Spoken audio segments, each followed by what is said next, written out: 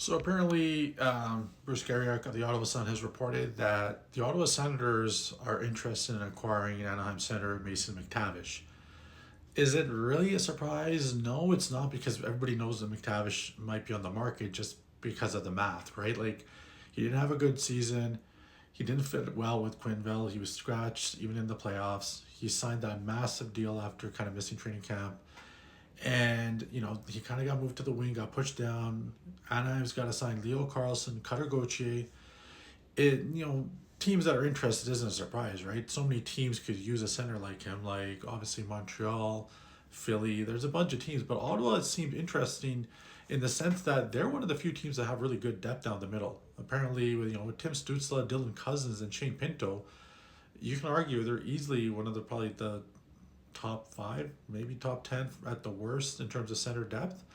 One of the few teams that actually has legit centers that can play, whereas so many teams are struggling with having that depth. Like, look at Minnesota; they could use Mason McTavish as well.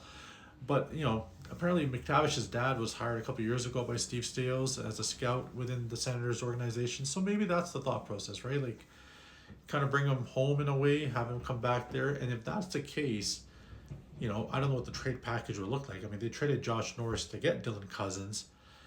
Would they be trading one of Cousins or Pinto to Anaheim for McTavish? I don't know. I don't know what kind of package. That might not be the case, because they might be using one of those centers to trade elsewhere to address another need. Maybe to address their bottom six winger depth. Maybe they'll look at try to get a better D for the top four. I don't know.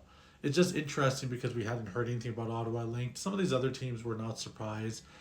And do I expect McTavish to get moved? It's hard to say. I mean, he's a guy that had a drop in numbers this past season, but also was a third overall pick. And is a player that for a while there was touted as perhaps being one of their, captain kind of material leaders in their group, part of their core. But they brought in a lot of veterans, and the team is going to just get better with the guys that they have. And so when they already have Leo Carlson, they have a veteran, Michael Granlund, there.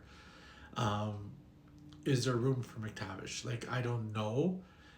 But he's a great chap nonetheless. And Pat Verbeek has also been a very hard, negotiator. He's playing hardball with his own free agents, or his restricted free agents. He's also played hardball when he makes deals. So we don't know which way it goes. Will McTavish get traded? It seems like, where there's smoke, there's fire. Ottawa just seems like an interesting choice.